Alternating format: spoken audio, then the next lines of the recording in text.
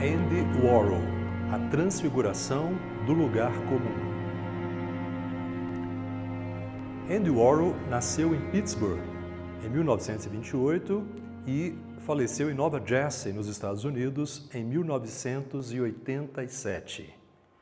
Filho de imigrantes eslovacos e nascido Andrzej Wajda, o futuro artista sofria bullying na escola, pois naquela época imigrantes não eram muito bem vistos nos Estados Unidos. E, após estudar no Instituto de Tecnologia de Carnegie, em Pittsburgh, muda-se para Nova York em 1949. Lá, ele inicia uma carreira de sucesso como publicitário em importantes revistas como Vogue, Harper's Bazaar, The New Yorker, dentre outras. Depois, fez a sua primeira mostra individual em 1952 e, em 1956, passou finalmente a assinar Andy Warhol. Poucos anos depois, ele seria o mais famoso artista americano da sua época. Irônico, tímico, provocador, polêmico e contraditório. Artista plástico, designer, publicitário e um cineasta de grande sucesso também, tudo isso foi Andy Warhol, criador da lendária Factory, o seu estúdio nos anos 60, que se tornou um ponte muito importante em Nova York, e suas festas eram desejadas por grandes celebridades que ali iam para também ser lançadas pelo grande produtor cultural e agitador daquele tempo que foi Andy Warhol. De pintor de latas de sopa Campbell, a retratista, a amigo de grandes celebridades, de ricos e famosos depois, nas décadas de 60 e 70 e até mesmo nos anos 80, como outras celebridades, Andy Warhol vai sofrer também os efeitos da fama. Ele foi quase morto a tiros em 1968 por uma feminista radical chamada Valérie Solanas.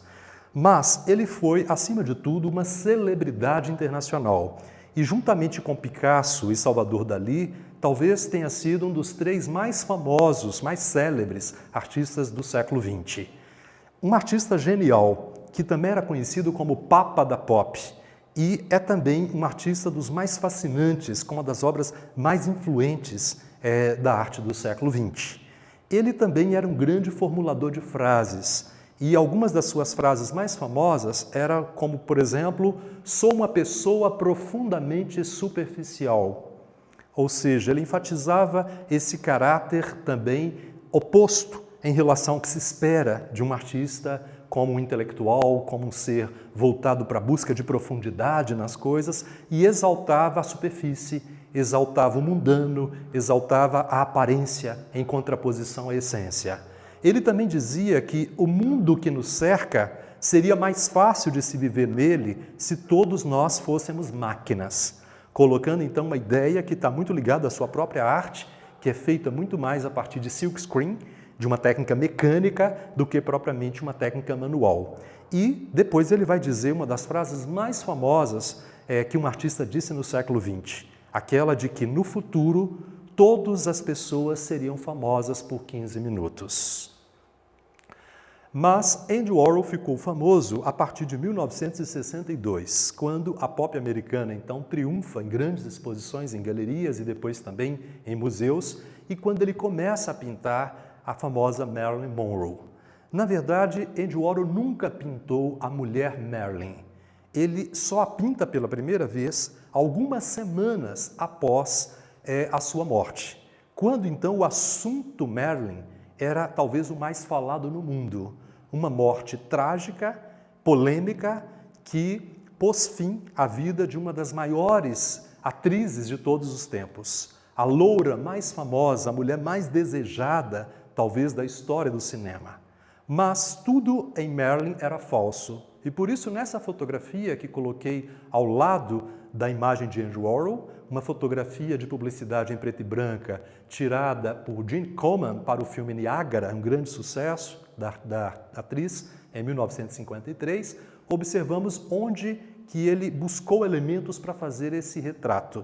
Um retrato que, na verdade, retrata muito mais o mito Marilyn do que a mulher Norma Jean, que era morena, que teve uma trajetória de vida muito difícil, que morou em orfanatos, que era super insegura, que tinha vários problemas psicológicos, que era viciada em drogas e que se apresenta agora nos filmes e nas imagens publicitárias como uma mulher invencível, como uma mulher poderosa, como uma mulher forte, como uma estrela de Hollywood consagrada. Andy Warhol soube tirar proveito disso, a pintando em inúmeras obras, em inúmeras telas, como vemos agora na sequência, mas, na verdade, a colocando muito mais como signo do que como uma imagem.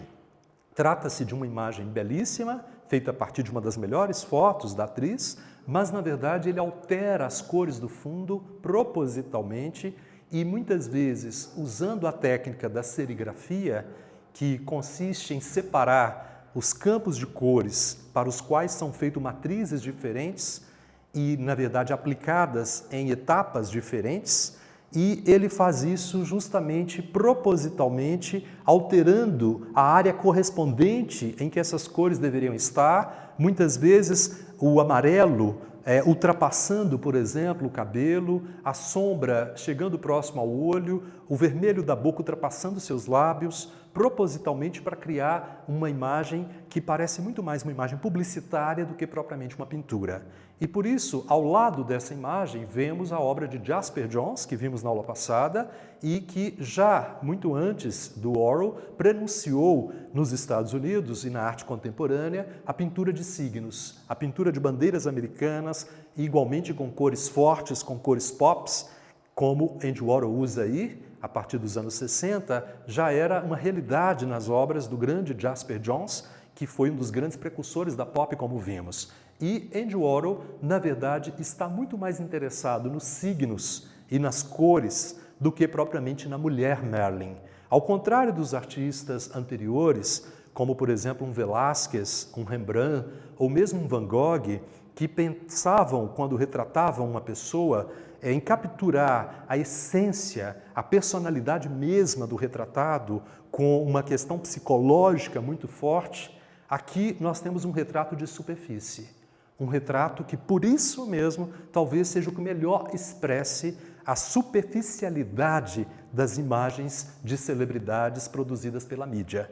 E é justamente nesse sentido que Andy Warhol aposta todas as suas fichas. É nesse sentido, então, que ele cria a Marilyn com cores de fundos ou superpostas à sua própria figura, que, na verdade, são cores fortes, contrastantes, bem ao estilo pop, de forma que lembra a publicidade, mas, ao mesmo tempo, cores que deixam claro que a mulher Marilyn agora se transformou muito mais num signo do que propriamente numa mulher.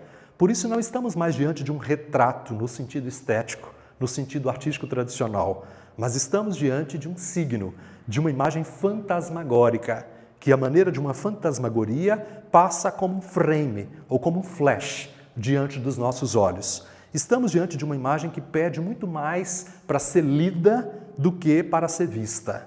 Portanto, Andy Warhol inverte a ideia de que arte é um fenômeno ligado à visibilidade para situá-lo agora no sentido de uma legibilidade. São imagens semióticas, são imagens que, à maneira de um texto, pedem leitura.